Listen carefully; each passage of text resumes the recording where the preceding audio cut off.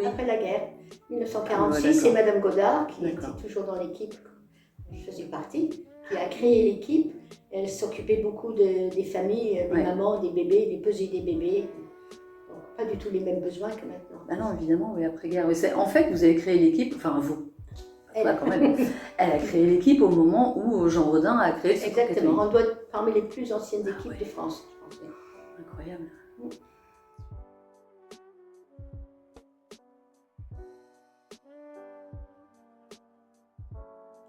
Alors, le Donc, plus marquant pour moi, c'était la création du RMI, l'introduction du RMI, oui. et le Secours catholique a bien suivi le I, Oui. l'insertion, Oui. au minimum d'insertion, parce qu'à l'époque, on a eu un contrat avec le département pour un atelier de cuisine, et les gens en insertion devaient venir une fois par semaine à l'atelier de cuisine. Donc ça nous a permis de faire un accompagnement. C'était obligatoire? C'était obligatoire. On avait moitié des bénéficiaires en RMI, et puis l'autre moitié des personnes secours catholiques qui étaient dans le besoin, qui étaient seules. C'est-à-dire que pour toucher le RMI, il fallait qu'ils assistent aux cours de cuisine. Voilà. Et il y avait d'autres obligations comme ça, d'autres contraintes, d'autres cours Pour les gens? Ouais. Non, il fallait venir. C'était des contraintes pour nous parce qu'il fallait toujours des comptes rendus, le suivi des personnes pour toucher la subvention. On avait une grosse subvention du département à l'époque parce qu'il y avait l'atelier était animé par le Secours catholique, mais surtout la partie cours de cuisine par la travailleuse familiale. Oui, il y avait une école ménagère, hein, ça on a avant. Voilà, mais c'était la travailleuse familiale du secteur qui animait la cuisine même, et nous on encadrait, on cherchait les bénéficiaires, on faisait l'administration. C'était un petit appartement où il y avait une cuisine aménagée, très très convivial. Je pense qu'il y a quelques personnes qu'on voit toujours qui gardent vraiment un bon souvenir, parce que on invitait souvent du monde pour le goûter, pour les crêpes, en fin d'année, on faisait des chocolats, on faisait des choses et d'autres. Donc ça, les gens, c'était pas pour les personnes, c'était convivial, c'était pas une obligation, voilà. Et on va redémarrer un petit peu ça. On va redémarrer ça, c'est super. Les ateliers cuisine. Ça va marcher. On voyait les gens évoluer vraiment dans le bon sens. Hein. Ouais. On était à côté d'elles, des personnes toutes les semaines. Donc on pouvait les orienter plus vers des soins dentaires ou plus pas toujours vers l'emploi parce qu'il y en avait qui étaient très loin. Mais on pouvait apercevoir très facilement leurs besoins et essayer de les orienter. C'était pas toujours évident, mais c'était long, souvent très long.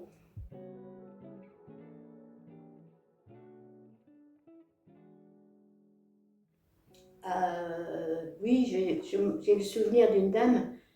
Elle était très exclue, son logement c'était vraiment un taudis incroyable, en haut de la terre battue, enfin vraiment quelqu'un qui avait besoin de beaucoup de choses. Et petit à petit, elle est allée chez le dentiste, elle a eu un dentier, et puis on avait à l'époque aussi un coiffeur, comme on a maintenant, qui est venu. Elle s'est vue dans la glace comme les autres. Elle a dit, maintenant je peux postuler pour un travail. Je suis comme les autres, parce qu'elle était jolie en fait, elle ne s'était pas vue jolie comme ça depuis des années, je pense. Ça m'avait marqué beaucoup.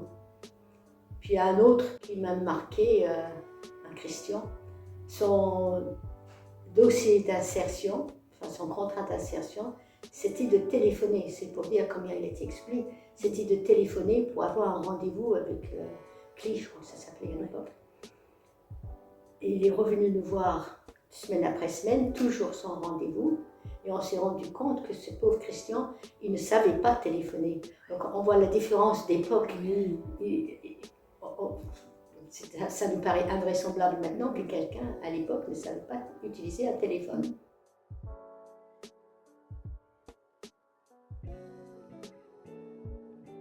Donc, des gens qui ont encore des maisons en terre battue, je ne crois pas. Après, des gens qui vivent encore dans des conditions difficiles, il y en a. Mais sur Saint-Romain, ce qui est assez surprenant, c'est que il y a 80% de demandes qui émanent de travailleurs pauvres. On n'est pas non plus dans une zone très très très pauvre avec des gros problèmes. Certes, il y a des problèmes, mais beaucoup de travailleurs, des gens qui travaillent et qui sont pauvres, qui ont du mal à payer surtout le loyer, les factures d'électricité, les voitures aussi. Oui. Les gens qui ont des petits moyens, forcément des voitures en piteux état, qui nécessitent beaucoup de réparations. Et puis tout ça, ça a beaucoup augmenté. Oui. Donc, et évidemment, comme partout, beaucoup de femmes seules. Je regardais ce matin justement sur 30 demandes que l'on a eues depuis le mois de janvier, 28 émanent de femmes. Alors souvent des femmes avec des enfants, donc soit des femmes d'un certain âge ou des jeunes femmes. Et ce matin, j'étais à la pause café, il y avait très peu d'hommes, beaucoup de femmes.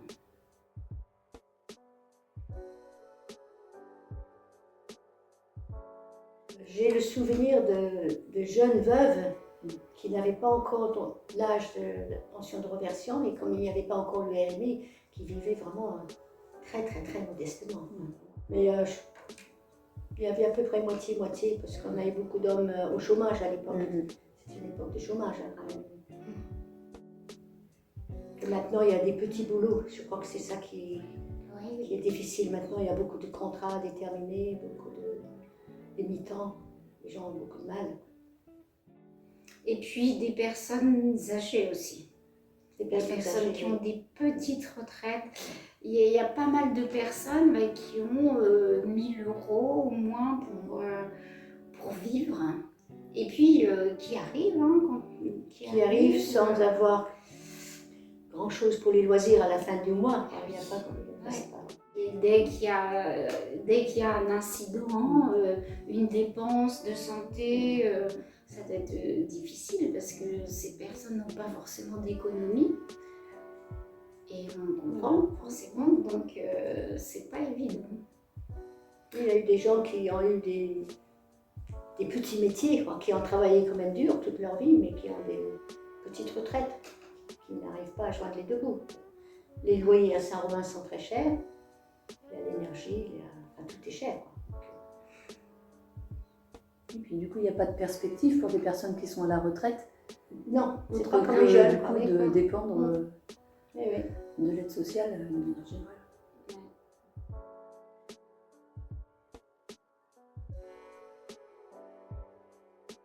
Pour développer un peu le pouvoir d'agir de chacun, c'est de faire des animations autour de thèmes. Par exemple, ce matin et vendredi, c'était avec la roue libre, c'est des ateliers de ce qui s'appelle Vélo Ego. Donc un petit programme qui est proposé aux personnes gratuitement et à l'issue duquel l'association remet un vélo d'occasion mais en très bon état aux personnes. Donc il y a un petit module sur la mécanique, sur le code de la route, savoir reprendre son vélo sans avoir peur pour les personnes qui ont peur. Pour que les personnes prennent bien en main aussi leur transport, leurs conditions de vie. Et puis on va refaire des ateliers de cuisine. Il y a eu un atelier aussi sur les économies d'énergie, la plateforme qui permet de dire à quoi on a droit. On a des ateliers coiffure aussi, remise en beauté, confiance en soi. Donc c'est pas toutes les semaines, pas chaque fois, mais c'est assez souvent. Et aussi on a recruté des chanteuses. On a des bénévoles qui chantent dans des chorales et ça c'est génial. Parce que quelquefois elles chantent pendant les pauses café, puis les personnes chantent, donc ça c'est que du bonheur.